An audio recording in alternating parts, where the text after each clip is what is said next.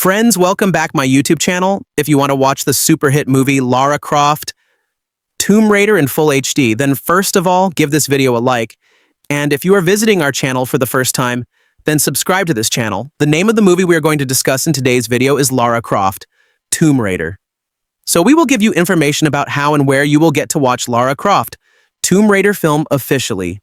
Apart from this, we will give you a detailed look at the pre-production, post-production, budget, box office collection, and filming of this movie.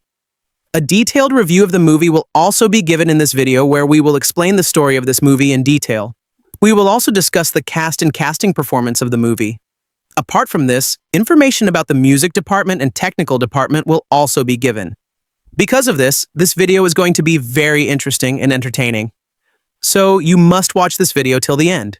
And if you haven't liked this video yet, then like this video now and subscribe to this channel. So let's start the video. Lara Croft, Tomb Raider is a 2001 action-adventure film based on the Tomb Raider video game series featuring the character Lara Croft, portrayed by Angelina Jolie. An international co-production between the United States, the United Kingdom, Japan, and Germany, it was directed by Simon West and revolves around Lara Croft trying to obtain ancient artifacts in competition with the Illuminati. The film was released on June 15, 2001, to mostly negative reviews from critics, although Jolie was praised for her performance.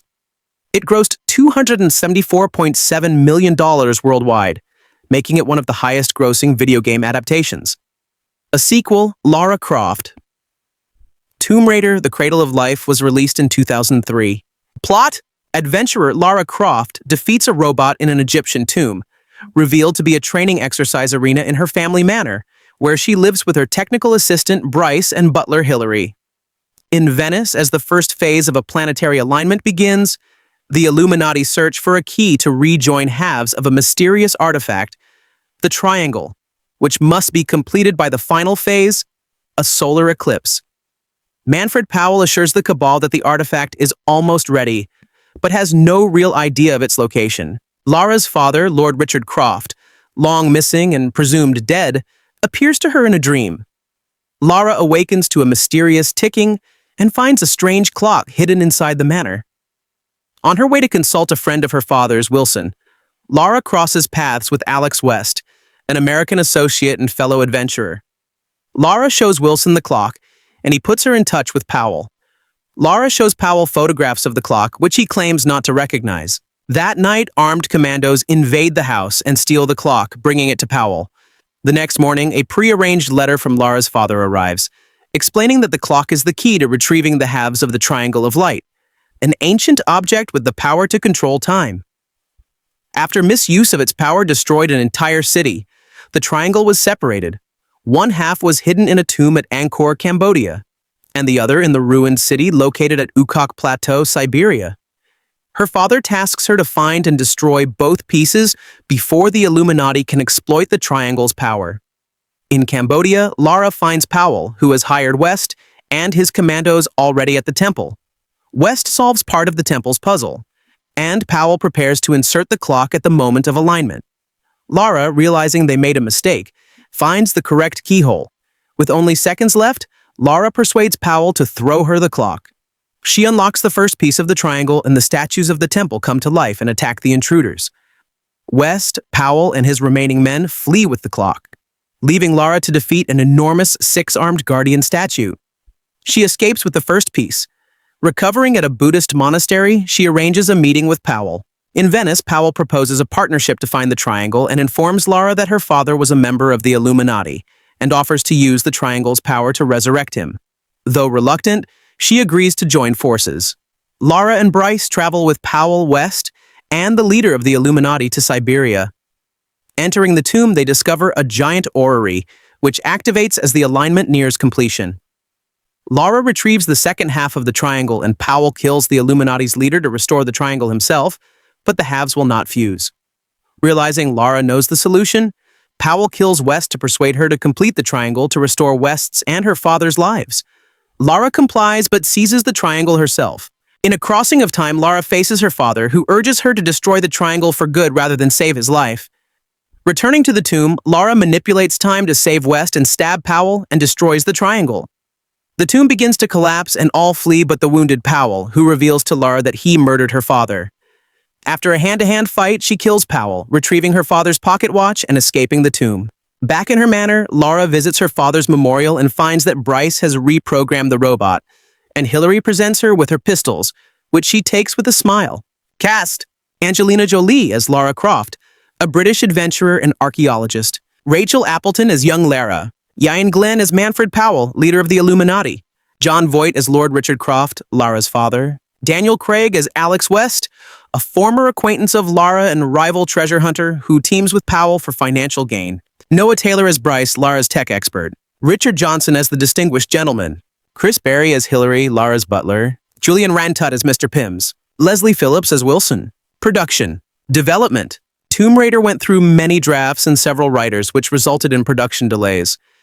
In 1998, writer Brent V. Friedman, who had co-written Mortal Kombat Annihilation the year before, penned an unproduced Tomb Raider script. Producer and screenwriter Stephen E. D'Souza, who wrote and directed the 1994 video game film Street Fighter. Financing: Lara Croft was financed through Tele Münchengruppe, TMG, a German tax shelter. The tax law of Germany allowed investors to take an instant tax deduction even on non-German productions, and even if the film has not gone into production. By selling them the copyright for $94 million and then buying it back for $83.8 million, Paramount Pictures made $10.2 million. The copyright was then sold again to Lombard Bank, a British investment group, and a further $12 million was made. However, to qualify for Section 48 tax relief, the production must include some UK filming and British actors, which was acceptable for a film partially set in the United Kingdom. Pre-sales to distributors in Japan, Britain, France, Germany, Italy, and Spain made a further $65 million. Showtime paid $6.8 million for premium cable television rights. In total, $94 million was put together. Casting. The announcement of the film generated significant discussion about who would be cast to play Lara Croft. Numerous actresses and non-actresses were rumored to be on the shortlist. Most notably Rona Mitra, official model to Tomb Raider 2, Jennifer Love Hewitt, Famke Janssen, Jennifer Lopez, Elizabeth Hurley, Ashley Judd, Sandra Bullock, Catherine Zeta-Jones, Diane Lane, Demi Moore, and Denise Richards. The casting of Jolie was controversial among many fans of the Tomb Raider series, with complaints about an American actress being hired to play a British character. Others cited Jolie's tattoos and well-publicized, controversial personal life. Director Simon West dismissed these concerns and said, in reference to Jolie's penchant for sexual knife play, "It was always Angelina. I mean, Lara sleeps with knives and doesn't take shit from anybody. That's Angelina down to a T." Jolie wore a padded bra to increase her bust size when playing Lara. As she explained to NY Rock in June 2001, "Come on, I'm not so flat-chested to begin with. When I wear a tight t-shirt, I look a certain way. So it wasn't like we had to completely change me. You know, we just had to enhance me a little. I'm a 36C, Lara, she's a 36D. And in the game, she's a double D, so we took her down some. But we did give her a bit of padding there. For me, it was simply one size, so it was like having a padded bra, but no, I am not flat-chested anyway. So we still made it Lara Croft, but we didn't go to any extremes. And Lara doesn't apologize for herself, and for having that, recognizable shape. So I'm not going to apologize for her either." The film marked the feature film debut of television actor Chris Berry, known for his role of Arnold Rimmer in the BBC science fiction comedy series Red Dwarf. English actor Daniel Craig adopts an American accent for the role of Alex West, whilst Jolie takes on an English accent. Jon Voight, Angelina Jolie's father, plays Richard Croft, Lara's father, in the film. Filming. Principal photography for Lara Croft. Tomb Raider took place from July 30th to November 30th, 2000. Portions of the film were shot on location at the Ta Prohm Temple, located in Angkor, Siem Reap Province, Cambodia. The film was the first major motion picture to be shot in Cambodia since Lord Jim in 1964, following the country's occupation by the Khmer Rouge regime. In addition to on-location shooting, a majority of the film's production also took place on the 007 stage at Pinewood Studios. Hatfield House in Hertfordshire was used as Croft's home in the film. Post-production Simon West's first director's cut of the film was 130 minutes long, before it went through reshoots sometime later after principal photography was finished. West was removed from working on the film in post-production. However, he did return to work on reshoots. Editor Stuart Baird was brought in by Paramount to re-edit the film. Baird was promised the job of directing Star Trek Nemesis by Paramount in exchange for re-editing original 130-minute cut of this film and John Woo's original's 210-minute cut of Mission Impossible 2. Due to post-production taking longer than expected, some major effects were left unfinished by the time the film was released in theaters. Baird re-edited the film down to 88 minutes. One of the bigger cuts on the film was changing the original score. Originally, Nathan McCree was hired to compose the score, as he had composed the music for the first 3 Tomb Raider games. Greg Hale-Jones started to work on the score with Peter Afterman in November 2000. After production was finished, and Danny Elfman composed the main theme for the film. Jones later said how once West was fired from the film, his score and Elfman's theme were shelved. Michael Kamen was then hired and submitted demos, and composed a full score which was rejected once the film was re-edited by Baird. Graham Revell was then brought in, and he had to compose 60 minutes of music inside 10 days. Jerry Goldsmith was also attached to score the film, but he couldn't due to health problems at the time. Despite the fact that a large amount of the film was cut, only 4 deleted scenes, 7 minutes long in total, were included as extras on the film's DVD and Blu-ray releases. Trailers for the film showed more deleted scenes. In July 2001, Simon West stated that he had prepared alternate version of the film for a DVD release which would include deleted scenes, but this version was never released. Angelina Jolie's nude scenes were also cut out for a PG-13 rating. Some of the earlier scripts for the film included more scenes focusing on Lara's sex appeal, like Lara flashing her breasts to some villains as a distraction. Stephen E. D'Souza's February 1999 script, using her breasts to crush a giant millipede. Mike Werb and Michael Collery's November 1999 script. Jolie later stated that she was disappointed with how Lara's sexual appeal was scaled down, and how she thought Lara wasn't sexy enough in the final film. Music. Soundtrack Lara Croft. Tomb Raider is a 2001 soundtrack album to the film. The Various Artists soundtrack was released June 15, 2001. The score was later released on June 25, 2001. The film also featured the songs Lila by Voss, Inhaler by Craig Armstrong, and a piano rendition of Largo from Johann Sebastian Bach's Harpsichord Concerto No. 5, performed by Hai-Wan Chang. These were not featured on the soundtrack. Graham Revell composed the soundtrack in less than 2 weeks, following failed attempts by other composers. The CD was released through Elektra Entertainment. As noted by Revell, the tracks were mislabeled after failed attempts to stop the pressings. For example, the opening track includes both the main titles and Lara Croft at home cues together. The resulting score caused the composer himself to issue an apology for the poor listening experience through his website. The tracklist was later revised. Release. Home media. Lara Croft. Tomb Raider was released on DVD and VHS on November 13, 2001. A Blu-ray release followed on June 3, 2008. A 4K UHD Blu-ray release followed on February 27, 2018. On the North American video rental charts, the film grossed $38.5 million in DVD rental revenue as of December 2001. In the United Kingdom, it was watched by 7 million viewers on television in 2004, making it the year's 6th most-watched film and 3rd most-watched British film on television. Reception. Box office. Lara Croft.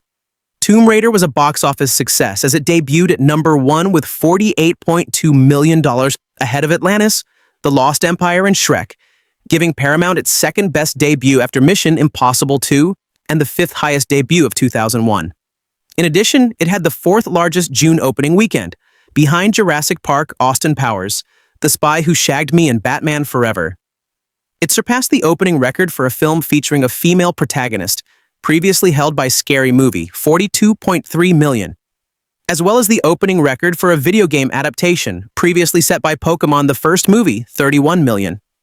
The film maintained its status as the highest-grossing video game adaptation until the release of Prince of Persia: The Sands of Time in 2010, and remains one of the highest-grossing video game-to-film adaptations.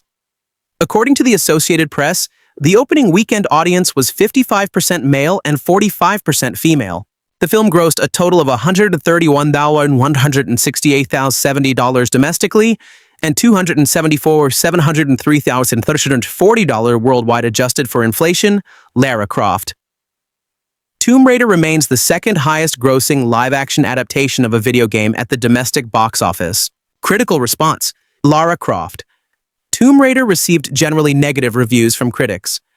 On review aggregator Rotten Tomatoes, 20% of 163 critic reviews are positive for the film, and the average rating of 4.10. The site's consensus is Angelina Jolie is perfect for the role of Lara Croft, but even she can't save the movie from a senseless plot and action sequences with no emotional impact. Metacritic assigned the film a weighted average score of 33 out of 100, based on reviews from 31 critics, indicating generally unfavorable reviews. Audiences surveyed by CinemaScore gave the film a grade B on scale of A to F. IGN gave the film the lowest out of all the scores, a 0.0, disaster. Rating. Condemning everything from character performances to the ending, Todd McCarthy of Variety said, "The film has the distinction of being a major motion picture that's far less imaginative and quite a bit more stupid than the interactive game it's based on." McCarthy praises Jolie, but says, "Everything else about this frenetic production is flat and unexciting." A positive review came from Roger Ebert, who awarded the film 3 out of 4 stars and said, "Lara Croft Tomb Raider elevates goofiness to an art form. Here is a movie so monumentally silly, yet so wondrous to look at that only a churl could find fault." In 2018, IGN reported that the film was generally regarded as one of the better video game adaptations. In 2021, British GQ listed Lara Croft, Tomb Raider as one of the only video game adaptations worth watching. In 2023, The Vulture also commented that the film was one of the select few times a big-budget video game movie has actually worked. Themes. Director Simon West would comment a decade after its release that the creation of Lara Croft was influenced by a film market that wasn't used to women leading summer blockbusters. This factor influenced his decision to cast Angelina Jolie, who was not well known at the time, citation needed, and not the studio's first choice, in contrast to Catherine Zeta-Jones, Ashley Judd, and Jennifer Lopez. West said that his decision to cast Jolie lay in the fact that there hadn't been a female lead of an action-adventure film that had carried a film by herself recently. And Angelina wasn't as big as some of the other actresses that were up for the part, who'd done bigger films and had a longer track record and bigger box office grosses. Some of there were safer than Angelina's, whose was quite dangerous. She had all sorts of things written about her, some obviously not true. She was a young woman experimenting. While Lara Croft's box office totals were the highest for a female-led action film at the time, and the film inspired theme park rides and led to a sequel, West stated in 2018 that at the time, the studio was incredibly nervous at what the outcome could have been. "I'm surprised it's taken so long for other female-fronted action stories to rise up. Because I thought that 2 or 3 years after, there'd be 10 other movies like it, cashing in on its success. But it's amazing how things work so slowly. But finally, The Hunger Games and Wonder Woman have caught up." Other media, sequel. Main article, Lara Croft, Tomb Raider, The Cradle of Life. Angelina Jolie returned in the sequel, Lara Croft, Tomb Raider, The Cradle of Life. While it was viewed as a critical improvement over its predecessor, it did not repeat its financial success, grossing $156 million compared to the previous installment's $274 million. Reboot. Main article, Tomb Raider film. GK Films first acquired the rights to reboot the film in 2011. In April 2016, MGM and GK Films announced a reboot of the film starring Alicia Vikander as Lara Croft, with Roar Uthog directing. It was released March 16, 2018. Lara Croft Tomb Raider elevates goofiness to an art form. Here is a movie so monumentally silly yet so wondrous to look at that only a churl could find fault. And please don't tell me it makes no sense. The last thing I want to see is a sensible movie about how the Illuminati will reunite the halves of the severed triangle in order to control time in the ruins of the ancient city that once rose in the meteor crater If, and it's a big if. The clue of the all-seeing eye inside the hidden clock can be used at the moment of planetary alignment that comes every 5,000 years, and if the Tomb Raiders are not destroyed by the many-armed Vishnu figure and the stone monkeys. The logic is exhausting enough even when it doesn't make sense. This is, at last, a real popcorn movie. I have been hearing for weeks from fans of The Mummy Returns and Pearl Harbor, offended that I did not like those movies. No, not even as popcorn movies. I responded that The Mummy was a good popcorn movie, but The Mummy Returns was a bad popcorn movie. It is my job to know these things. That Pearl Harbor is even discussed in those terms is depressing. The plot of Lara Croft Tomb Raider exists as a support system for 4 special effects sequences. Right away, you can see that the movie is relatively advanced. The Mummy Returns had no plot, and one special effects sequence which was 121 minutes long. The film opens with Lara Croft doing desperate battle with a deadly robot in what turns out to be a homage to the openings of the Pink Panther movies where Clouseau took on Kato. When the dust settles, we learn that she is Lady Lara Croft, Angelina Jolie, daughter of the Tomb Raider Sir Richard Croft, Jon Voight, whose memorial stone sadly informs us, lost in the field, 1985.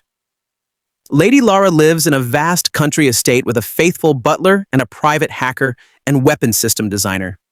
Elaborate research and development and manufacturing facilities must be tucked away somewhere, but we don't see them. Lara Croft is a major babe with a great set of ears. She hears a faint ticking under the stairs, demolishes the ancient paneling with her bare hands, as I recall, and finds an old clock which conceals the all-seeing eye. This is the key to whatever it is the Illuminati plan to do with the Lost City, etc., in their plan to control time, etc. Why they want to do this is never explained. A letter from her father is discovered sewn into the binding of an old edition of William Blake. "I knew you would figure out my clues," it says.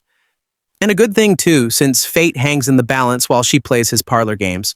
We now visit Venice, Italy, where the Illuminati gather, and then there is an expedition to the frozen northern land, where the ancient city awaits in a dead zone inside the crater, created by the meteor that brought the key to time here to Earth, I think. Machines do not work in the dead zone, so Lara and the others have to use dog sleds. It is cold on the tundra, and everyone wears fur-lined parkas. Everyone but Lara, whose light gray designer cape sweeps behind her so that we can admire the tight matching sweater she is wearing, which clings tightly to those parts of her body that can be found a foot below and a little to the front of her great ears. The inside of the city is an inspired accomplishment in art direction, set design, and special effects. A giant clockwork model of the universe revolves slowly above a pool of water and is protected by great stone figures that no doubt have official names, although I think of them as the crumbly creatures, because whenever you hit them with anything, they crumble. They're like the Desert Army in The Mummy Returns, and the insect alien soldiers in Starship Troopers. They look fearsome, but they explode on contact, just like, come to think of it, targets in a video game. Angelina Jolie makes a splendid Lara Croft, although to say she does a good job of playing the heroine of a video game is perhaps not the highest compliment. She looks great, is supple and athletic, doesn't overplay, and takes with great seriousness a plot that would have reduced a lesser woman to giggles. In real life, she is a good actress. Lara Croft does not emerge as a person with a personality, and the other actors are also ciphers. But the movie wisely confuses us with a plot so impenetrable that we never think about their personalities at all. Did I enjoy the movie? Yes. Is it up there with the Indiana Jones pictures? No, although its art direction and set design are, especially in the tomb with all the dead roots hanging down like tendrils. Was I filled with suspense? No. Since I had no idea what was going to happen, shouldn't happen, or what it meant if it did happen, I could hardly be expected to care. But did I grin with delight at the absurdity at all? You betcha. Plot. Lara Croft, an adventurer, embarks on a journey to find an artifact that possesses the ability to control time. A secret society wants to lay its hands on the relic for its own immoral purposes. In this first movie, not only do we get Angelina at her absolute sexiest, but we also see a young Daniel Craig as her roguish friend Alex West, as well as Iain Glen, Game of Thrones, as the villain Powell. What's funny is that I never really hated Powell. Glenn plays him as a smug, slimy scoundrel, and yet I still took to him mostly due to Glen's sheer on-screen charisma. Daniel Craig is playing an American and does a decent enough accent, although I think he has certainly grown as an actor over the years. Angelina just looks like she is having a blast as Lara, literally laughing when faced with danger, and she really was great in this role. She gets the accent spot on and looks to be doing a lot of her own stunts, of which there are many. There are some spectacular action scenes, but the standout for me has to be the assault on Croft Mansion, while Lara is using the bungee cord swing to run around the room, taking out her various assailants. The camera work is smooth, and we can see everything clearly making for a hugely entertaining set piece. I was never a big fan of the scene where the statues come alive, as I prefer to keep it grounded, but the effects for the most part still hold up well, and these sorts of things happened in the games too. My favorite aspect of Tomb Raider is the music score composed by Graham Revell, which is filled with new age chants and sounds more like an Enigma album with a few action cues added in. The film is just over 90 minutes long, so it moves at a brisk pace, and director Simon West is no stranger to action movies, so it all still looks great. Some of the dialogue is a little lame and the script could be better, but as this is a video game adaptation, it's still huge fun and one of the better ones. Having Jolie's real-life father, Jon Voight, in this movie was a nice touch, and added some heart to a movie that otherwise would leave you feeling rather cold.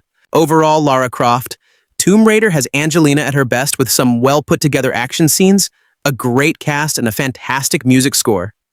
The movie has its flaws, but if you're looking for a 90-minute escape from reality, you could do a lot worse. Check out that job description. Lara is not a tomb studier or a tomb analyzer. A tomb fancier, she ain't. Lara does not share Indiana Jones's occasional Dawnish bent. Lara has no truck with the wussy business of whisking bits of dust away from inscriptions with brushes, and there's no nonsense about heritage preservation orders. Lara goes in blasting with a couple of sleek automatic handguns. She's only interested in tombs with mythical beasts lying in wait to protect their zillion-year-old treasures. And it's a rare old tomb that isn't reduced to rubble by the time Lara's through with it. Incredibly, much of this film is set in Cambodia's Angkor Wat, that exquisite, magnificent wonder of the world. Lara more or less flattens it. Anyway, Lara Croft is the super sexy Bondified heroine, and Angelina Jolie's formidable sexuality has been carefully packaged for the cyber role made flesh. She is dominant and in control. Hair tied back, weaponry strapped to gorgeous legs, lips big and smoldering like a fire-damaged dolly sofa, huge breasts monolithically immobile, as if encased in some new brand of high-tech assault sports bra. There's no disempowering cleavage, and in any case, the movie has to make it into the American PG-13 category, and our 12 certificate, which, in view of Lara, Chief Censor Andreas Whittam-Smith has publicly pondered abolishing. Technically, she's supposed to be a photojournalist, a brilliant job which sadly doesn't exist in real life. But she is actually Lady Lara Croft, the English daughter of the fabulously wealthy English adventurer, Lord Richard Croft. Have they checked these titles with Debrett's? Tragically, her papa, played by real-life dad Jon Voight, died when she was 8, leaving her to a lonely life of raiding tombs and kicking mythical, monstrous ass. Lara does not appear to have friends in the conventional sense. In fact, she is Lara no mates. And in lieu of a social life, Lara whiles away her evenings doing bungee ballet in her enormous hall. But Lara does have a genuine English country house and a genuine English accent, which was very severely tested at one stage when Lady Lara, looking up through a telescope at the night sky in her private observatory, has to say, "Neptune is in alignment with Uranus." Angelina coyly made that last word, Eunice. Edith Evans would have been proud of her. Much of the film's grasp of our poor nation is more uncertain. Iain Glen, playing the black-haired, dastardly villain, is described to Lara before they meet as a lawyer. He introduces himself to her as Manfred Powell, QC. "So," says Lara after some cool chit-chat, "you're a lawyer? Perhaps Mr. Powell's work is at the commercial bar, and so not very well known. Basically, the trick should be to make it look as if the game is based on the film, rather than the other way around. The film doesn't have the game's weird echoing silences, and Angelina doesn't do Cyber Lara's cry when she dies. That ambiguous, semi-orgasmic whimper. Because, of course, Lara does not die. She is undefeatably ranged against the bad guys, the creepy Illuminati cult, led by Glen, who want to steal a mystic amulet which, like, controls time, or something. The amulet is in two halves, inconveniently enough. The first is to be found in Angkor Wat, where a bunch of orange-clad Cambodian monks are chuffed to meet Lara, despite the punishment she hands out to their national treasures, and she accepts a cup of soothing tea from them. Then, we are off to Iceland to pick up the second half. In the freezing cold and swirling snow, everyone is wrapped up toasty and warm. Everyone except Lara, who wears a revealing little top, open to the elements without so much as a goose pimple, the hardy little minx. And her one concession to the weather is a floppy, furry hat, which she has perhaps picked up at the airport. Director Simon West, with his background in commercials, is happier with the zappy image than the actual plot, which gets fuzzy to say the least, especially at those points in the script when Lara has to find some sort of temporary common cause with the Illuminati. And there is a dodgy American called Alex, played by British actor Daniel Craig, who Lara sort of fancies, but successive rewrites have left his romantic status unclear. In fact, Lara's emotional life is centered more on a frankly unwholesome obsession with her father. She's always droning on about him, periodically making visits to her own bizarre tomb for the old boy in the garden, shaped like a tent. Lara needs a trained therapist to get her to confront the psychological link between this homely tomb edifice and her tomb raiding exploits elsewhere. Tomb Raider has had several TV and movie adaptations in the past. While some are faithful adaptations that demand attention, others are not worthy additions to the overarching franchise. The Tomb Raider franchise has been around for over 2 decades, and even though it is best known for action-adventure video games, it has successfully expanded into other storytelling mediums. From film adaptations to comic books, from animated TV shows to novels, the Tomb Raider lore is spread across many different platforms. Even though not all extensions of the franchise have performed equally well, they have together contributed to evolving the rich tapestry of Lara Croft's universe. Even to this day, the Tomb Raider franchise continues to grow in myriad mediums, paving the way for other Tomb Raider movies, television shows, and even games to emerge in the near future. However, before new TV and movie Tomb Raider adaptations can hit the big and small screens, audiences already have several existing ones to choose from. Starring Angelina Jolie as the titular character, Lara Croft, Tomb Raider primarily received negative reviews from viewers and critics. The movie still holds an underwhelming Rotten Tomatoes critics score of 20% and an audience rating of 47%. However, despite being panned by critics, Lara Croft, Tomb Raider performed fairly well at the box office. Against a budget of $115 million, it grossed $274.7 million worldwide, ranking it among the highest-grossing video game adaptations of all time. Owing to its box office success, Lara Croft, Tomb Raider deserves some credit for introducing a compelling female lead to the action-adventure genre. Angelina Jolie, too, did an incredible job of capturing the badass character's charisma and physicality, allowing both new audiences and the ones familiar with the games to embrace the franchise. However, despite its commercial success, it is hard not to see Lara Croft, Tomb Raider as one of the most disappointing adaptations of the games because it offers nothing more than a few memorable action sequences and set pieces, serving as a direct sequel to 2001's Lara Croft, Tomb Raider, Lara Croft. Tomb Raider: The Cradle of Life marked Angelina Jolie's return as the badass character. Surprisingly, the film had a far better critical reception than its predecessor, because even though it failed to have a coherent narrative, it upped the ante with its action sequences. In the sequel, Angelina Jolie's performance, too, convinces the viewer that she embodies the character from the games with the required intensity and depth. Unfortunately, despite being more entertaining than its predecessor, Lara Croft: Tomb Raider, The Cradle of Life failed to become anything more than a typical popcorn action flick. This might explain why even its box office numbers were way lower than expected, grossing close to $160 million against a budget of $95 million. Lara Croft: Tomb Raider. The Cradle of Life's disappointing box office numbers ultimately ended the movie series for good, encouraging Jolie to abandon a planned sequel. Directed by Roar Uthog, 2018's Tomb Raider live-action reboot proved to be better than the original Angelina Jolie movies because of its ability to stay incredibly loyal to the games. Unlike its predecessors, the reboot was also a breath of fresh air because it focused less on objectifying Lara Croft and portrayed her as a multidimensional character with relatable motivations and vulnerabilities. Academy Award-winning actress Alicia Vikander also perfectly embodied Lara Croft by striking the perfect balance between sensitivity and strength. However, despite marking the inception of a promising reboot series, 2018's Tomb Raider received mixed reviews. While its mixed reception was far better than its predecessor's largely negative critiques, many complained that it fell short of reaching its true potential.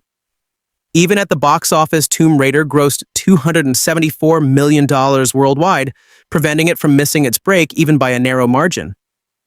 The movie's sequel was initially rumored to be in the works, but never saw the light of day. This Lara leaves us smiling and rooting for her as she jumps from towering heights and battles seemingly impossible odds.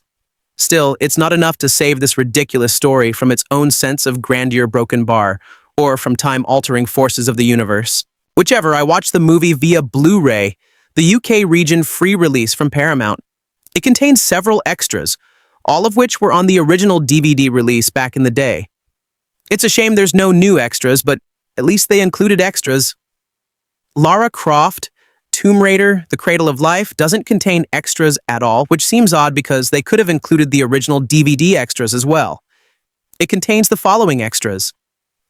Audio commentary by director Simon West, Digging into Tomb Raider featurette, Crafting Lara Croft featurette, The Visual Effects of Tomb Raider featurette, The Stunts of Tomb Raider featurette, Are You Game? Feature, Deleted Scenes, Elevation by You music video, alternative main titles, teaser trailer, and the original trailer.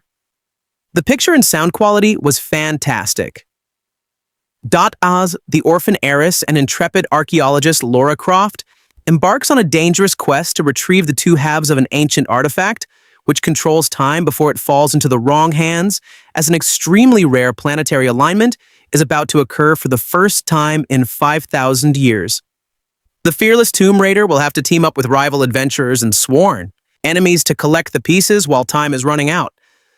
But in the end, who can harness the archaic talisman's unlimited power?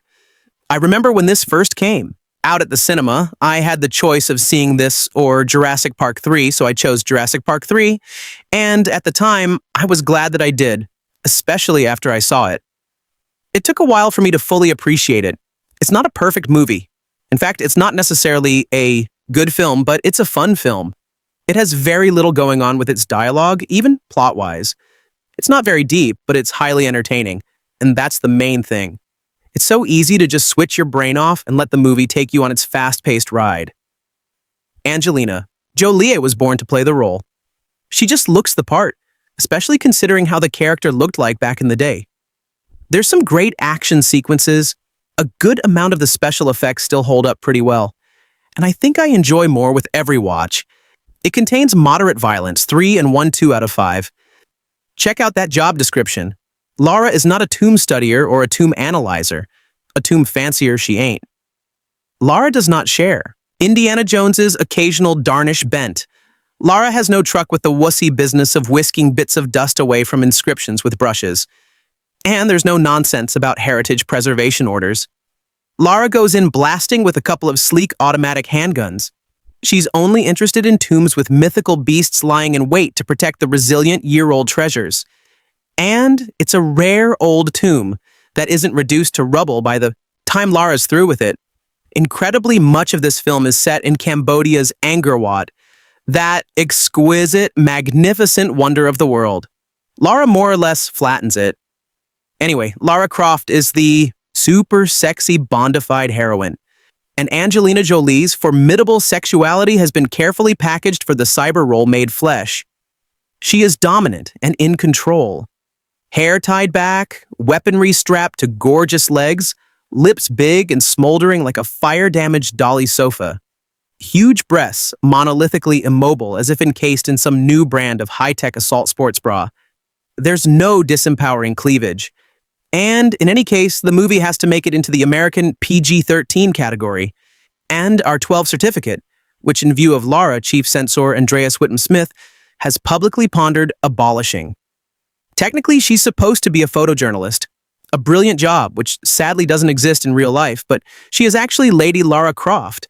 The English daughter of the fabulously wealthy English adventurer, Lord Richard Croft. Have they checked these titles with the breaths? Tragically, her papa, played by real life, Dad Jon Voight, died when she was 8, leaving her to a lonely life of raiding tombs and kicking mythical monstrous ass. Lara does not appear to have friends in the conventional sense. In fact, she is Lauren no mates, and in Lie of a Social Life, Laura WHS away her evenings doing bungee ballet in her enormous hall.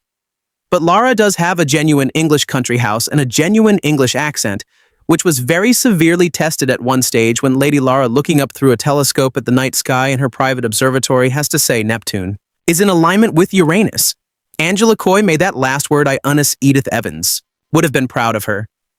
Much of the film's grasp of our poor nation is more uncertain.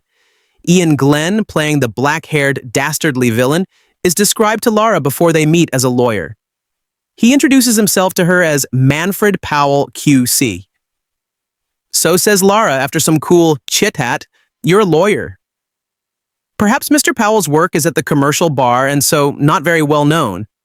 Basically, the trick should be to make it look as if the game is based on this film rather than the other way around. The film doesn't have the game's weird echoing silences, and Angelina doesn't do Cyber Lara's cry when she dies, that ambiguous semi-orgasmic whimper. Because of course, Lara does not die. She is undefeatably ranged against the bad guys, the creepy Illuminati cult led by Glen, who want to steal a mystic amulet, which controls time or something. The amulet is in 2 halves, inconveniently enough. The first is to be found in Angkor Wat, where a bunch of orange-clad Cambodian monks are chuffed to meet Lara. Despite the punishment she hands out to their national treasures, and she accepts a cup of soothing tea from them. Then we are off to Iceland to pick up the second half in the freezing cold and swirling snow. Everyone is wrapped up toasty and warm. Everyone except Lara, who wears a revealing little top open to the elements without so much as a goose a pimple. The hardy little minx in her one concession to the weather is a floppy, furry hat which she has perhaps picked up at the airport. Director Simon West, with his background in commercials, is happier with the zappy image than the actual plot, which gets fuzzy to say the least, especially at those points in the script when Lara has to find some sort of temporary common cause with the Illuminati. And there is a dodgy American called Alex, played by British actor Daniel Craig, who Lara sort of fancies. But successive rewrites have left his romantic status unclear. In fact, Lara's emotional life is centered more on a frankly UNH wholesome obsession with her father. She's always droning on about him, periodically making visits to her own bizarre tomb for the old boy in the garden shaped like a dent. Lara needs a trained therapist to get her to confront the psychological link between this homely, metaphysics and her tomb raiding exploits elsewhere. Frankly, it's all very weak, though not as bad as, say, This Ain't or The Avengers. Perhaps because we are not asked to believe in some non-existent sexual chemistry between Angelina and the co-star. But in the end, for all her at the 1/4 bore babe sexiness, there is something just a wee bit humorless about Angelina Jolie. The Angelina Jolie star, Lara Croft. Tomb Raider was fairly a big hit at the time of its release back in 2001. It made history at the opening weekend for a video game movie led by a female star with an impressive $47.7 million US during the first 3-day weekend. And by the end of its theatrical run, it ran in a worldwide total of over $274 million against a $115 million US budget. Not bad for such a film that managed to make quite a profit, even though it got ripped to shreds by most critics. I remember when I originally had high hop for Lara Croft Tomb Raider, mainly because of the 3 factors. The mass popularity of the video game itself, Angelina Jolie, and Simon West. The latter, of course, was well known for his directorial debut in Canary, 1997, and to a certain extent The General's Daughter, 1999. But it was Canary that had me convinced he's the right man for the job to handle a high-profile action movie blockbuster. And then came the time when I finally got to watch the film in the cinema. Throughout the 100-minute duration of the film, I couldn't believe what I saw on the big screen. After all the big hype and such, Lara Croft Tomb Raider turned out to be surprisingly a disappointment. A huge disappointment, to be exact. But the only positive thing that I have to say about this film is Angelina Jolie, who excels in her title role of Lara Croft. Casting an American actress instead of opting for a Brit, given the character's nationality, was already a risky move.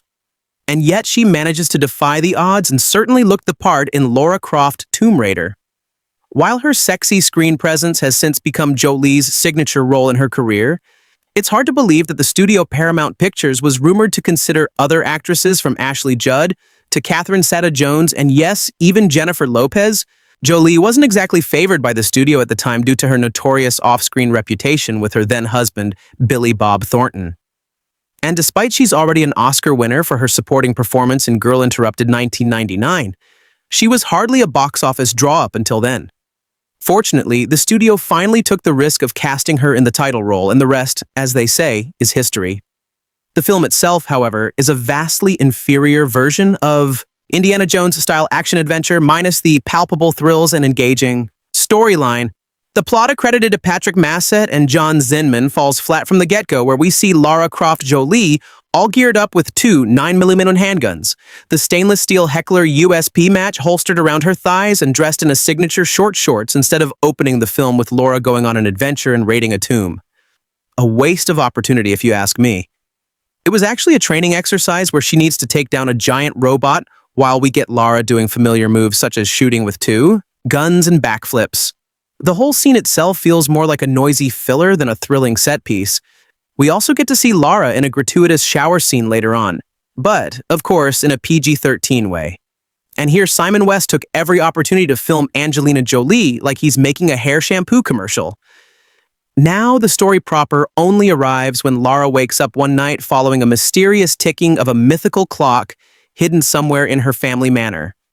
The clock happens to be a key that leads to the discovery of the Triangle of Light, which contains the power to control time, an artifact that the secret society of the Illuminati, particularly Manfred Powell, Iain Glen, who wants it badly. The adventure does finally takes place where Lara travels to several locations like Cambodia and Iceland. At one point, there is a subsequent scene involving Lara encounters reanimated statue guardians come to life inside the Angkor Wat Temple. What follows is an effect-heavy action sequence that looks dated even by 2001 standard at the time. And worst of all, there is little sense of danger or menace. An action-adventure like Lara Croft, Tomb Raider requires high-stakes scenarios, which is something that the film sorely misses the point. It doesn't help either that the film fails to give Lara a much-needed emotional arc. While we still get to see her grief over the death of her father, Lord Richard Croft, Jolie's real-life dad, Jon Voight, the scene is rather pre-unctuous than something we can feel invested with their father and daughter relationship. Even Voight's cameo appearance feels more like a mere stunt casting than, well, a fleshed-out character. Back to Lara. As much as Jolie nailing the undeniable charisma and physical resemblance of the famous video game character, minus the impossibly oversized boobs, of course, she is mostly reduced to a one-dimensional and overly confident female adventurer. In other words, she's hardly a flawed or relatable protagonist. Lara Croft, Tomb Raider, also featured the pre-James Bond Daniel Craig in a supporting role as Lara's may or may not be romantic interest, Alex. And yes, his character happens to be an American, but his accent is wobbly. Craig's performance is pretty much forgettable here, right to the point that I actually forgotten. He used to appear in Lara Croft Tomb Raider after revisiting the film recently. Craig's career, of course, would only skyrocket. 5 years later in 2006's gritty James Bond reboot of Casino Royale. Despite the critical bashing of the film, Angelina Jolie reprised her role for one last time in the 2003 sequel Lara Croft Tomb Raider at A Cradle of Life. While the second film is a slight improvement over the original, it was still a creative and financial disappointment. Not even switching a different director from Simon West agenda Bond, who had a chance to redeem himself from his two big-budget fiascos after 1997's. A Speed 2, Cruise Control, and 1999's The Haunting can make much of a difference. The once promising filmmaker of Speed 1994 and Twister 1996 continued to be a pale shadow of what he used to offer us in the past. If that's not enough, Lara Croft Tomb Raider The Cradle of Life turned out to be his last directorial effort in Hollywood. Although there were talks about a possible third installment of Lara Croft Tomb Raider, Jolie chose not to return, and it only took a 15-year gap before we finally get to see another Tomb Raider film. But instead of a continuation from the Angelina Jolie franchise, It turned out to be a reboot with Alicia Vikander character. Always thought it was a bit sad how some lads got hooked on Lara Croft, who is, let's face it, a mere computer-generated character, albeit with inordinately perky boobs and a taste in hot pants that even Kylie would deem immodest. And besides, I've always been more of a Miss Pac-Man sort of chap, myself, but now here comes Angelina Jolie, perfectly cast in the film.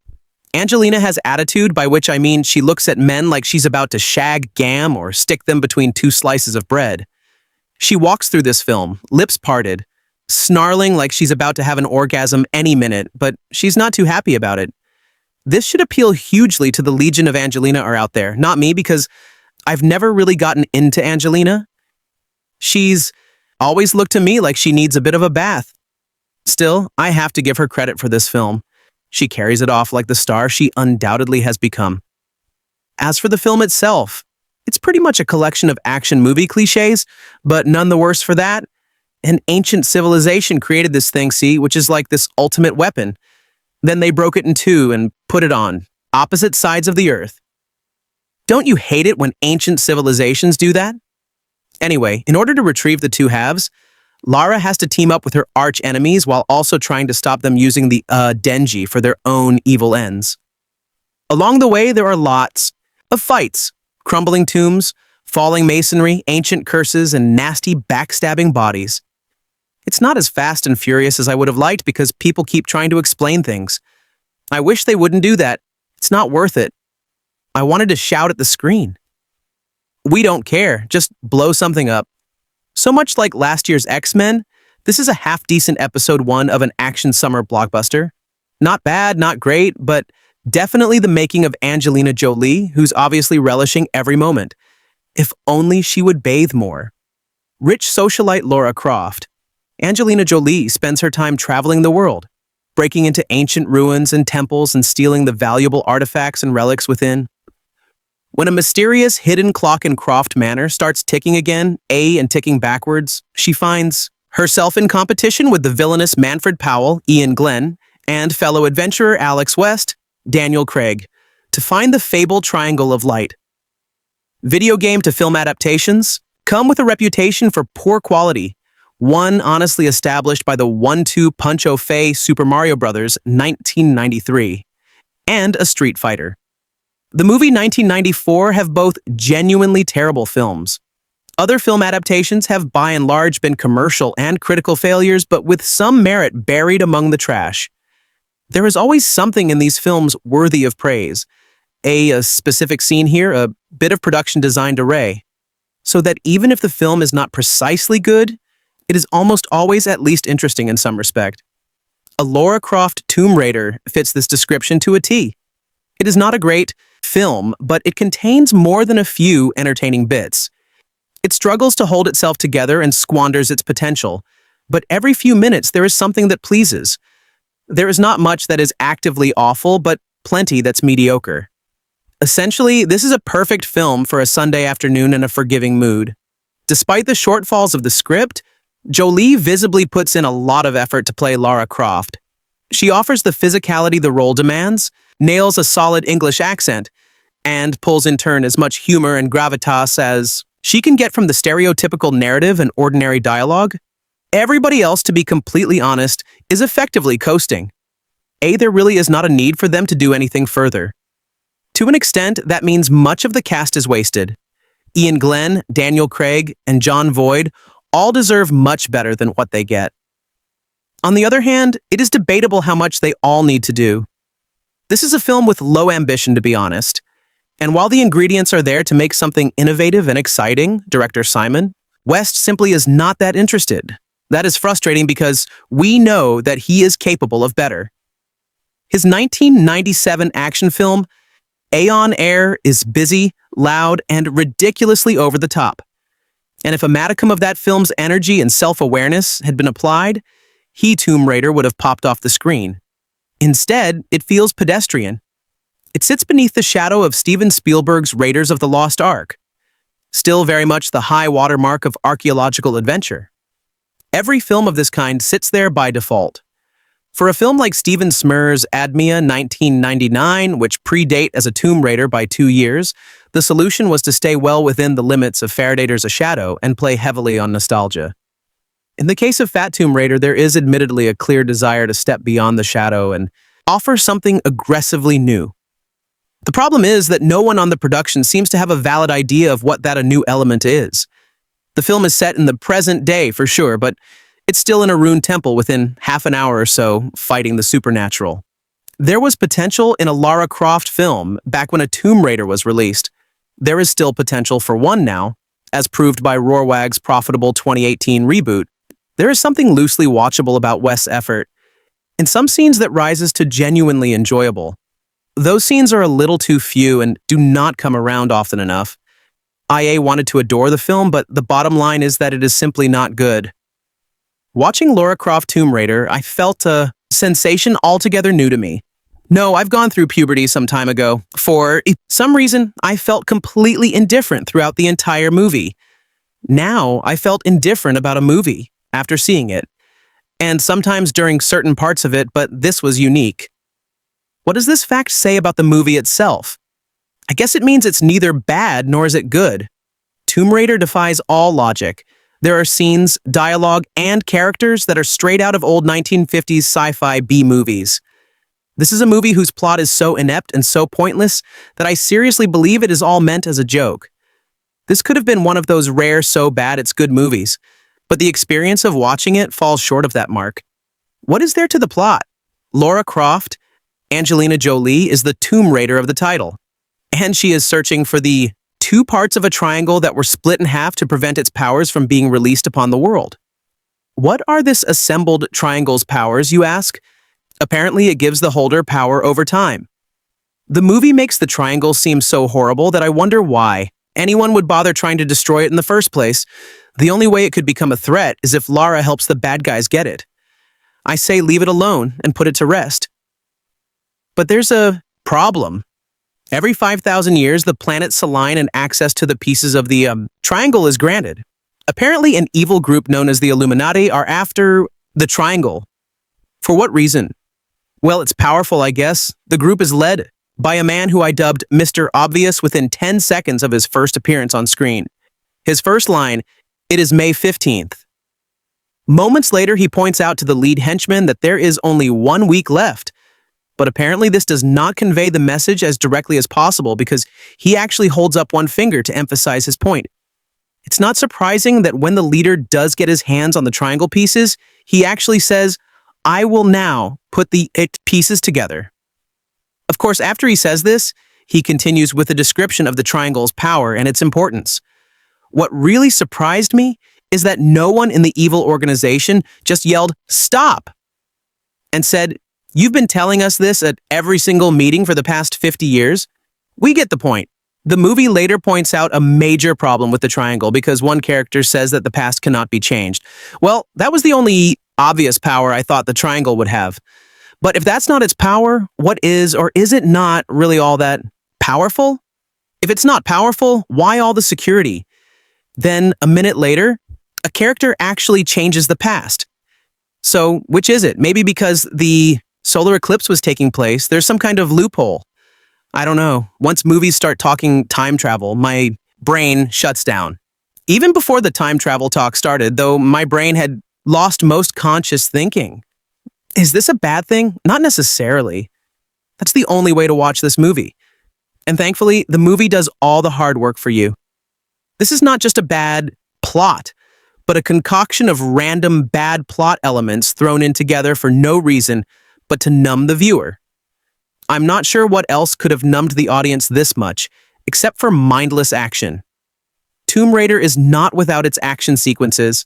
There are about 4 to 5 big ones, and the best is a gunfight on bungee cords. After the sequence, I was excited for more, but then the plot kicked in again. I was once again dumbfounded. Angelina Jolie is more than physically capable for the role. By physically capable, I mean attractive and strong. She's quite good considering Lara is simply an action hero. And during the big action scenes, her dialogue consists of groans, moans, grunts, and sighs. There were 2 random thoughts that sprang into my mind while watching Tomb Raider. The first relates to the movie's full title, Lara Croft Tomb Raider. From that phrasing, it seems like the title on a business card. I wonder what a Tomb Raider's business card looks like. The second thought was that once this movie is released on video, it could become the subject of an interesting drinking game. This is the kind of movie that drinking games were invented for. I think the rules would essentially be that anytime a character says something dumb, you question the reasoning, the plot. You are attracted to Lara's wardrobe for aesthetic reasons, but cannot quite figure out if it is suitable to the climate or her job. You hear the word bugger. Recognize a scene from a previous movie, etc. You take a drink. If you don't have a high tolerance for alcohol, I highly dissuade you from participating.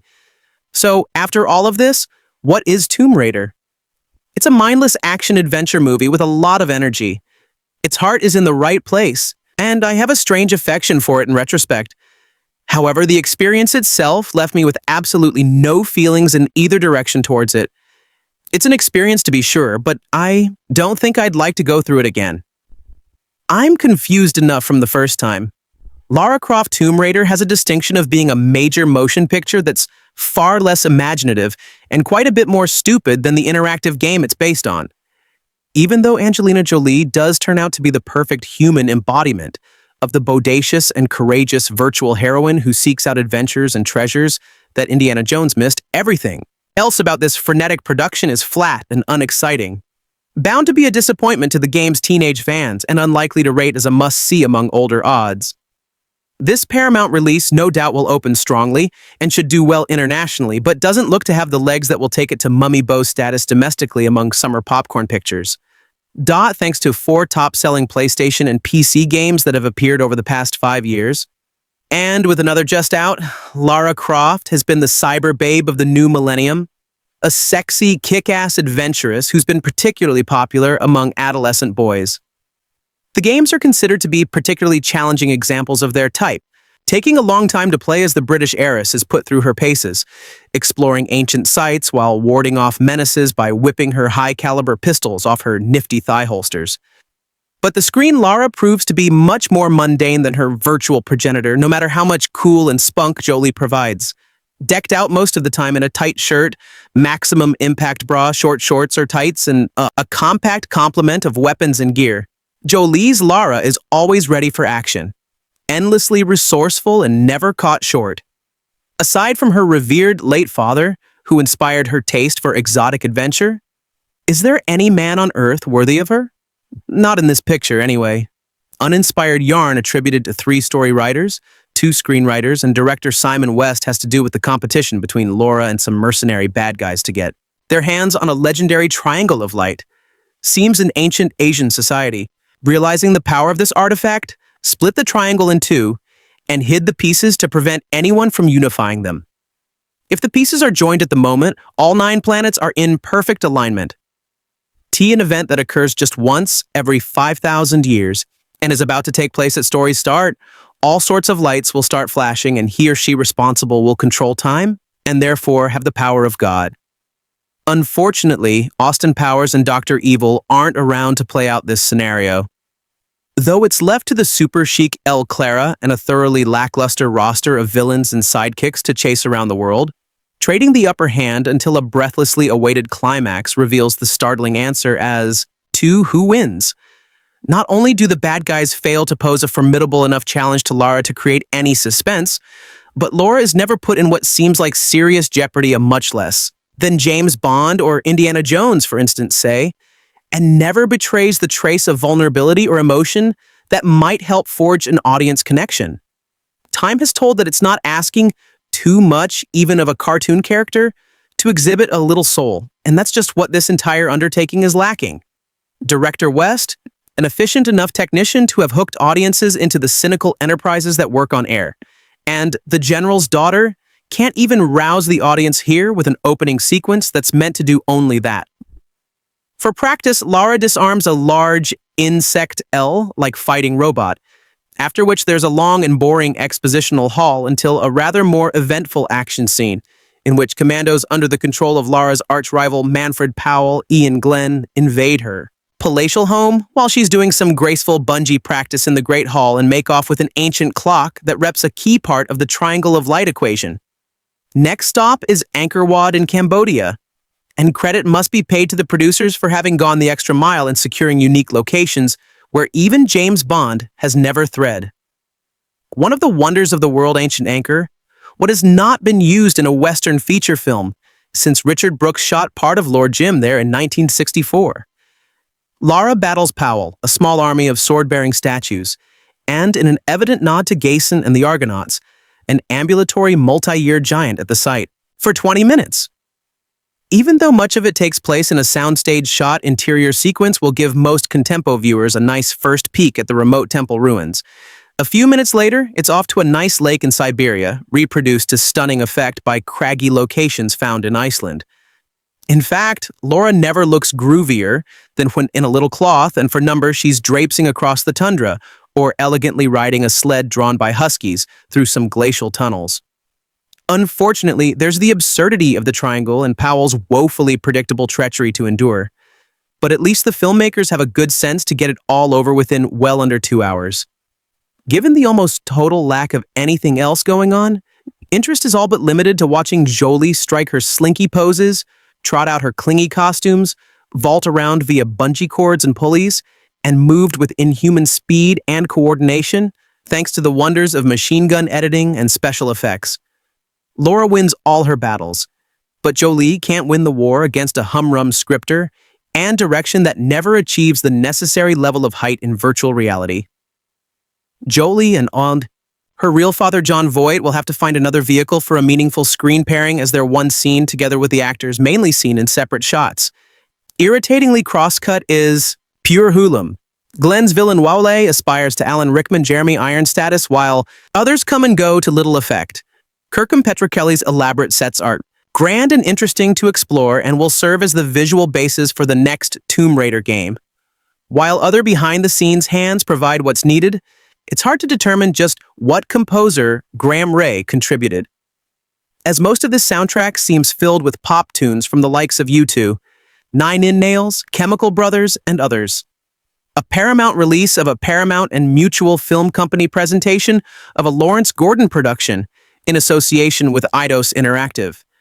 Produced by Gordon, Lloyd, Levin, Colin, Wilson. Executive producers Jeremy Heath Smith, Stuart Baird.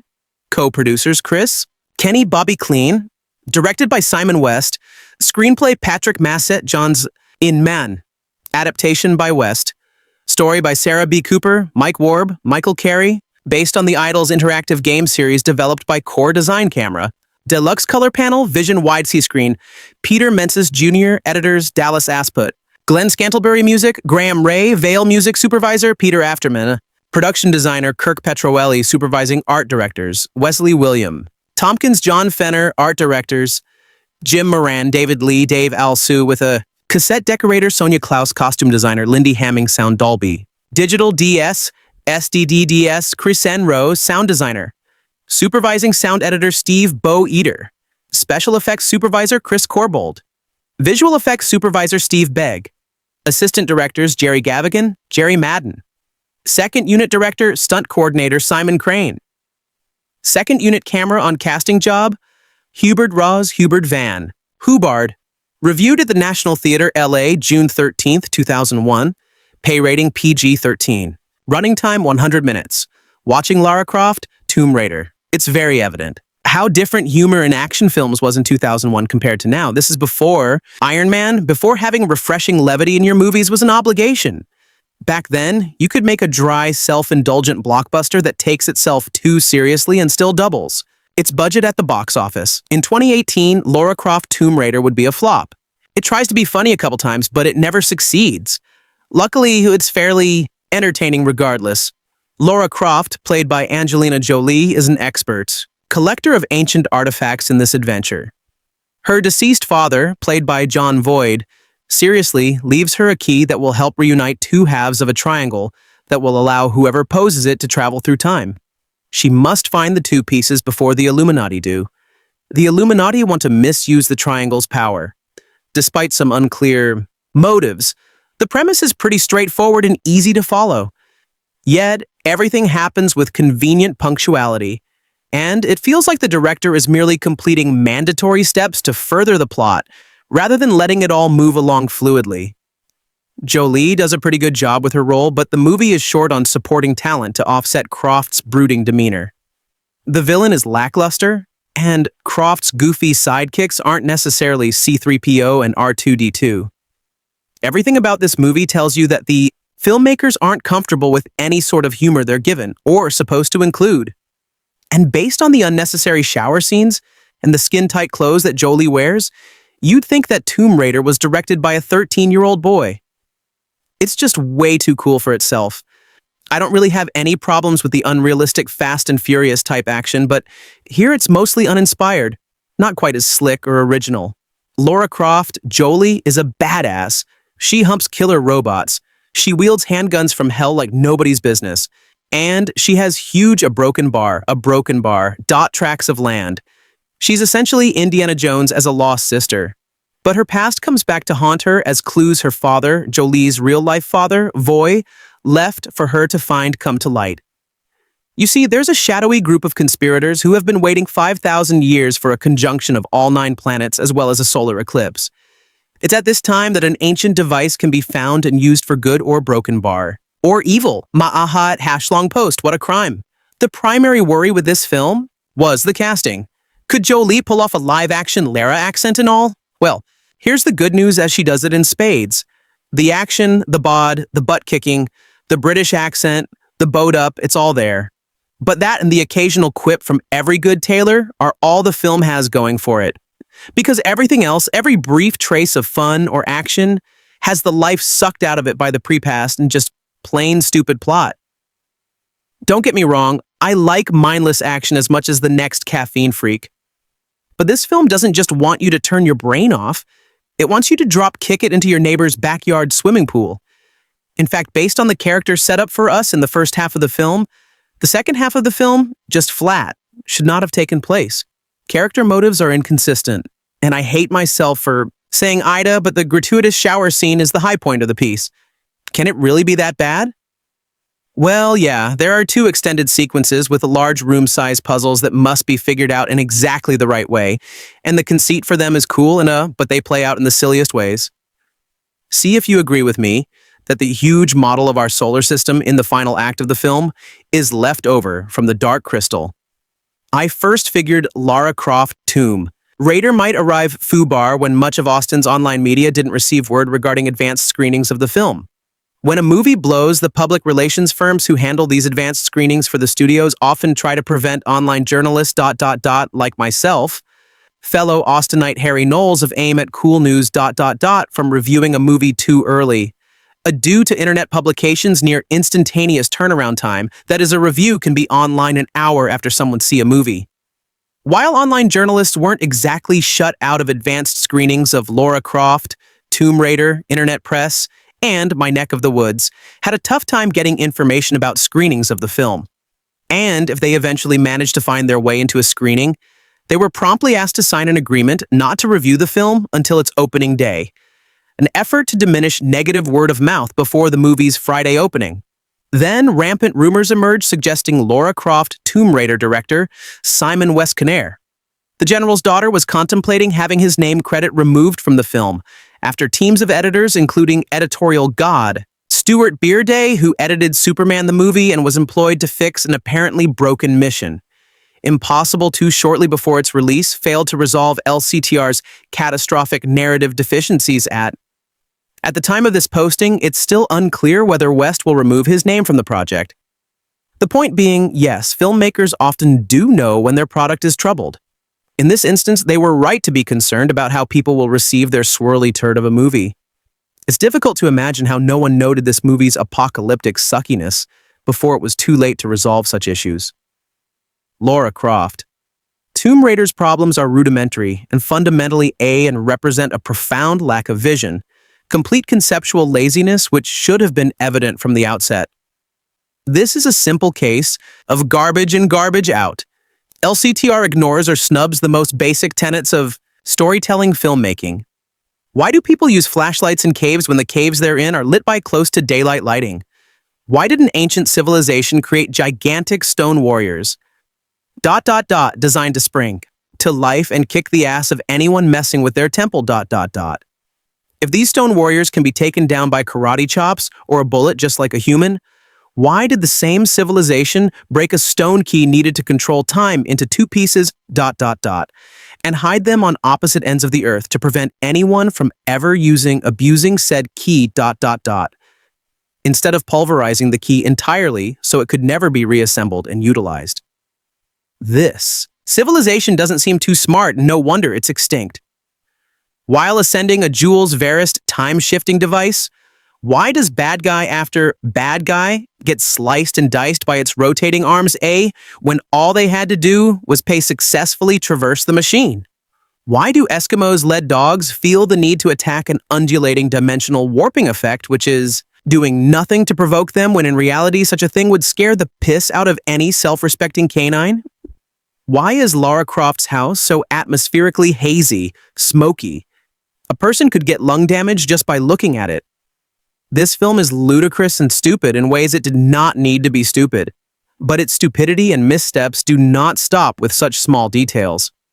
Viewers expect a certain level of lameness or suspension of disbelief from action. Adventure movies of the Silk, Raiders of the Lost Ark, for example. But there has to be a degree of substance or integrity wrapping such cheeseball elements. Raiders of the Lost Ark, for example. In Lara Croft Tomb Raider, there is no substance or integrity.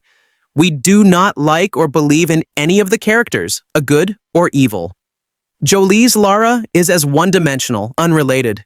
She's as artificial and masturbatory as her iconic video game progenitor. LCTR's villains are weak. Their plot, that is what they intend to do once they attain the power they seek, is unclear.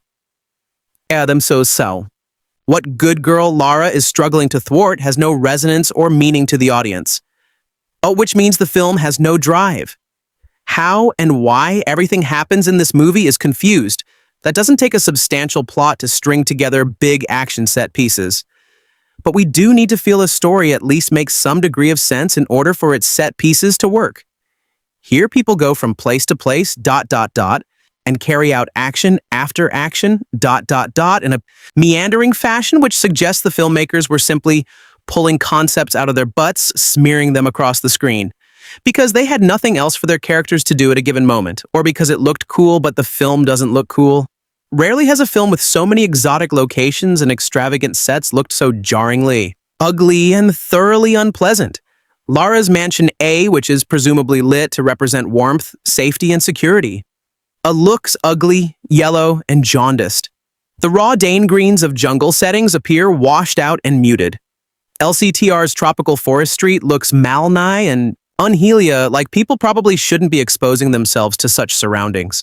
The massive sets whose physical movements and functionality are admittedly impressive look cheap and lack solidity, environments you'd see at a studio stunt show or tram tour.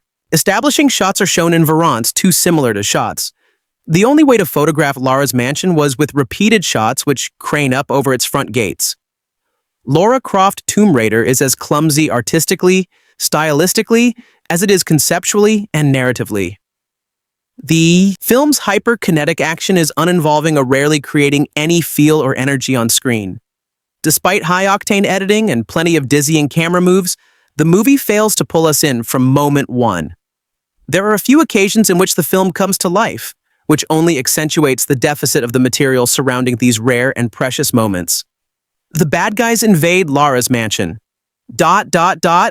Rappelling down through her atrium skylight while she is practicing bungee jumping in the same area. What follows? Well, rocks hard. Lara uses her bungee equipment to bounce frantically through the atrium like some kind of deadly monkey from Hala, incapacitating or annihilating the invaders as they drop, bouncing from body to body, column to column, like a possessed demon. The action is dizzying. The imagery is solid, the kinetics are flowing, and the acrobatics are amazing, as this is the only scene in which the film which genuinely comes to life. A follow-up sequence shortly thereafter features Elle taking out a bunch of Goombas, John Woo's style, motorcycle gymnastics, creative, use of power tools, etc. It works well enough, although some of the staging is incomprehensible, and the scene never rises to match the frenzy glory of Lara's atrium hijinks. But these sequences appear in the second quarter of the film, which means we have to wait a while to get to them, and have a frightfully long haul once the scenes have passed. There is really no reason to see Lara Croft Tomb Raider. What little works in the film isn't worth experiencing at the cost of enduring all that doesn't work. If gaming sycophants are determined to see this movie based on Angelina's amazing physics-defying boobies alone, they'll probably get their money's worth of intriguing unnaturalness here. If you want to see Angelina jump around, some of Lara's gymnastics are pretty impressive, but ultimately they're only part of a disjointed, incongruous whole and they go stale. If you're looking for a game-to-movie adaptation, if you didn't like Wing Commander or Super Mario Bros., you're not likely to enjoy this film much at all. As a tragic 80s derailment, LCTR isn't even as funny as those titles. Nor does it possess the very fleeting but rather smart moments each of those films contained. Or if you've been over-bludgeoned by the hype, just can't shake out of a Tomb Raider kind of mood, go rent one of the games. If you don't own them already, God knows there's enough of them out there. And even if you've played them before, the games have a decided advantage over the film. It's cheaper to rent the games than to see the movie, and the game has an off switch just an arm's length away. Lara Croft, Tomb Raider is what it is. And that is not a film I would normally watch, but triggered by an urge to clean my Netflix queue and not use my brain, yielded this gem. Well, not a gem exactly, but also not the hard and lump of excrement I was expecting. I might even say I enjoyed it. Some elements, at least. The movie is campy fun, filled with bracing action, but also economical in execution.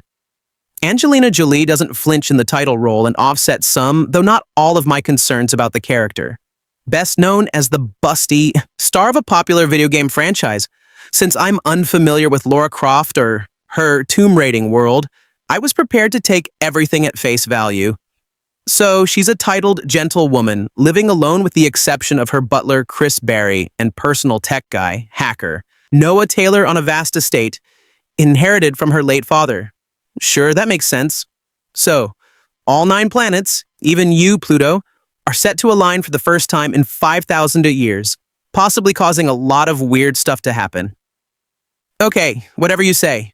So, the Illuminati are trying to get their hands on a key, which is a clock, which will allow them to find 2 halves of a triangle, which together will give them unlimited power. Fine. Why the hell not? Accept these truths, and you are on your way to enjoying or not hating the movie. It manages to keep a balance between serious action and pure silliness. The fight sequences come fast and furious, and it's no wonder Lara is so fit. She sometimes engages in battle with nifty virtual simulation, courtesy of her tech guy.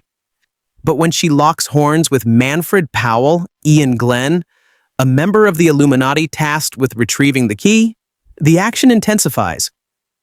Pursuit of the key and magical triangle things take the characters across continents. They travel to Cambodia, Italy, and Siberia, engaging in a mix of swordplay, gunfights, martial arts, and bungee dancing. The action makes good use of location and allows the story's video game roots to show through. Occasionally, these scenes drag on, but there's enough kinetic energy to keep the film moving. There's also a good amount of levity, not all of it intentional. I was most amused by the droll demeanor of the sidekicks.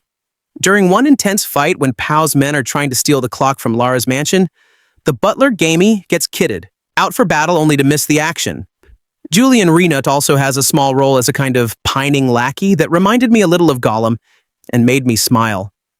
This is a movie where ancient stone statues come to life and something called time storms, which are fiery orbs that can reverse time, are a thing. So hammy lines spoken seriously. We're going into the belly of the beast A and out of the demon's ass. Come with the territory. Jolie's performance makes this film better than it might be. Lara Croft is clearly the product of dude's imagination, and I'm not a fan of her needless sexualization. But if Jolie doesn't downplay her character's physical appeal, she at least plays up her other qualities. Lara is obviously an equal, if not superior, to the Illuminati, a bunch of old white dudes in Cunning and Glen. Even James Bond acknowledges her intelligence and physical strength. Daniel Craig, testing his American accent, plays fellow Tomb Raider and Powell's hired gun, Alex West. He and Lara share a history and don't care much to hide their ongoing attraction. That lingering romance might create sparks for some, but I was more impressed that a male character in an action movie respected and deferred to a strong female protagonist. Do we still call that progress? The film opens with Lara Croft in an Egyptian tomb, seeking a diamond at one end of a chamber. As she approaches, she is attacked by a large robot named Simoan. After an intense chase and battle, she disables it by ripping out its motivational circuits. She takes the diamond, which is revealed to be a memory card labeled Lara's Party Mix, and inserts it into a laptop computer inside the robot where Opponent plays music. It is revealed that the scene took place in a training arena in Croft Manor, and that her assistant Bryce programmed the robot to challenge her in combat. It is the day of the first phase of a planetary alignment, culminating in a solar eclipse on the Earth, which happens once every 5,000 years. In Venice, the Illuminati search for a key to rejoin halves of the Triangle of Light, which must be done by the final phase of the alignment. Manfred Powell, an Illuminati member, assures that they are almost ready, but in reality, he has no idea where to find the key. Laura's butler, Hillary, tries to interest her in several projects, but she ignores them. 15th of May, as Hillary is aware, is the day that Laura's father, Richard Croft, disappeared many years earlier. She has not recovered from her loss. Later that night, Lara has a dream reminding her what her father said about the alignment and an object linked to it called the Triangle of Light. Waking, she is aware of a clock ticking. Searching for it, she discovers a secret chambered with a carriage clock that had spontaneously begun ticking. Bryce probes it and discovers a strange device hidden inside the clock. Since the device resembles a clock, Lara consults a clock expert friend of her father's, Mr. Wilson. She believes it is connected to the Triangle of Light, but Wilson disavows knowledge of the clock or the triangle. Lara encounters Alex West, a fellow Tomb Raider with unscrupulous methods. The assassins are attracted to each other, but Lara cannot abide his for-profit attitude. That night, Lara is contacted by Wilson, who tells her that he gave her name to a man named Manfred Powell in regards of the clock. In reality, Wilson is also a member of the Illuminati. The next day, Lara sees Powell in his home and shows him photographs of the clock. Later, while discussing it with Bryce, she points out that Powell was lying about his knowledge. That night, armed commando troops invade Croft Manor and steal the clock, despite Lara's attempts to fend them off. The next morning, Lara receives a letter from her father arranged to arrive after the beginning of the alignment, where he explains that the clock is the key to retrieve two halves of the mystic Triangle of Light, which is revealed to be an object of phenomenal destructive power that granted its wielder power over time and space. Initially housed in a city built by those who worshipped the object, misuse of the triangle's power destroyed the city, and so it was split into two halves. One was hidden in a tomb in Cambodia, the other half in the ruined city itself in modern-day Siberia. Her father urges her to find and destroy both halves before the Illuminati can find it. In Cambodia, West figures out part of the puzzle on how to retrieve the triangle half, but Croft manages to successfully grab the piece and escape the temple. After fighting off and destroying a huge six-armed guardian statue, she retreats to Ankara Bolu, where a Buddhist monk offers her shelter and helps her make 2 calls. Later, an aged monk who gives her tea and encourages her to rest reveals of his friendship with her father. She and Powell arrange to meet in Venice since each of them has what the other needs to finish the triangle. Powell proposes a partnership to find the triangle and informs Lara that her father was a member of the Illuminati, which she vehemently denies. Though hesitant at first, she, along with Price, meets with Powell for the trip to Siberia. Inside the tomb, there is a giant model of the solar system, which activates as the alignment nears completion.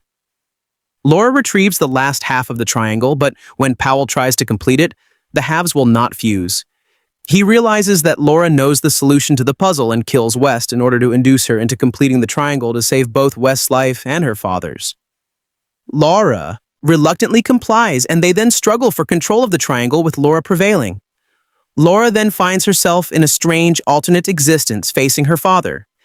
He explains that it is a crossing of time and space and urges her to destroy the triangle instead of using it to save his life. She leaves her father and returns to the chamber where time is slowly running backwards from the point where Powell killed West. Lara takes the knife he threw into West's chest and reverses it, then destroys the triangle, which returns time to its normal flow and directs the knife into Powell's shoulder. The chamber begins to self-destruct. Everyone turns to leave, but Powell reveals to Lara that he murdered her father and retrieved his pocket watch with a picture of Lara's mother inside. Lara fights him to retrieve it, killing him and escaping as the chamber comes down around her. I am pretty sure that over the years I have tried a few times to watch this film and never actually succeeded. However, when going back through Daniel Craig's back catalog of films that I have eventually watched this full film, thinking back to the video game, I actually just like the training part in her garden with the different apparatus to climb on, rather than the actual game. Anyway, the film isn't all that great at all, and at the time it was certainly made for the teenage boys who adored the character in the game, and certain aspects were tailored for them, with Jolie and that leading role. The thing is, though, is that it could have actually been a lot more entertaining and interesting. I guess this sums up what we got for action-adventure films in the late 90s and early 00s, making you think of the companions to The Mummy and National Treasure. Lara's father, Richard Croft, was long missing and presumed to be dead. But when he appears to her in a dream, this is about to start off a series of events that she cannot help but be drawn to. The strange clock hidden in the manor is the start of everything, crossing paths with Alex West, who is another adventurer and American associate. When man Fred Powell sees photos of the clock and claims he cannot identify it, but it then doesn't take long for invaders to enter her house in an attempt to steal it. Everything that then happens from this point is part of a puzzle which they must crack in order to reveal the secrets of the clock and tomb. It does have some anxiety-inducing moments, which has to be a plus that it manages to create that atmosphere. Angelina Jolie does her best with the role, but it is not an easy one to take on. That's for sure. She had the much-needed sex appeal that came from the game. I know it feels very strange saying that about a game, but it really did have a very strange fan base and love from men. Daniel Craig with his American accent is decent enough, and an action role giving a glimpse of what his Bond would become many years later. I actually didn't remember Iain Glen being in it either, which was a bonus. Not forgetting Jon Voight actually playing the father of his real-life daughter as well. It's not Casablanca, or even Die Hard for that matter. But then no one expected it to be. What Tomb Raider can claim is that it's the best computer game turned motion picture to date. A backhanded compliment, to be sure, but at least the experience of sitting in a theater watching this movie doesn't create a longing for the interactivity of actually playing the game. Unlike nearly every other Hollywood product based on a computer video game, Tomb Raider seems more like the summer blockbuster that it strives to be than a 90-minute big screen commercial. Then again, when it comes to product placement, you can't get any more obvious. To date, this small genre has met with disappointing box office returns and an even less enthusiastic critical response. Only Mortal Kombat has been well enough received to rate the sequel. Other entries such as Super Mario Bros. And Wing Commander have earned the eye of fans and non-aficionados alike for their laughable scripts, plastic characters, and dull action sequences. The intent with Tomb Raider is to change all of that. And if not to make the computer game turned motion picture respectable, at least to make it profitable, it seems likely to achieve a little of both. For what it is, Tomb Raider does a good job. It's like Indiana Jones meets James Bond with a female protagonist, or in most of the plot siphoned off. When you consider that Bond movies are not exactly known for their writing, this puts Lara Croft's first cinematic endeavor in perspective. Don't think too hard about the story. It simply won't stand up. Focus instead upon the action pieces, which are all expertly produced. Although a slightly less hyperactive camera would have been appreciated, are all of those lightning fast cuts really necessary? Tomb Raider moves at a fast clip and represents top-notch eye candy. Of all the summer's mindless blockbusters, this is arguably the most fun. It's certainly a cut above The Mummy Returns. It doesn't take a film critic to ascertain why Tomb Raider works. Her name is Angelina Jolie, and she emboss her character with the third dimension that didn't exist on the written page, where Lara Croft is all height and width with no depth. Jolie does a lot with her stares and her body language. And it's an impressive body to be sure, hard and soft in all the right places. Sometimes as light as a panther, sometimes as violent as a force of nature. Jolie's Lara jumps, whirls, leaps, dodges, and shoots. She's action and sex appeal blended and personified. And some information about it. How do you like our today's video? Please let us know by commenting. And if you like this video, please like it, share it, and forget to subscribe to our channel. Thanks for watching.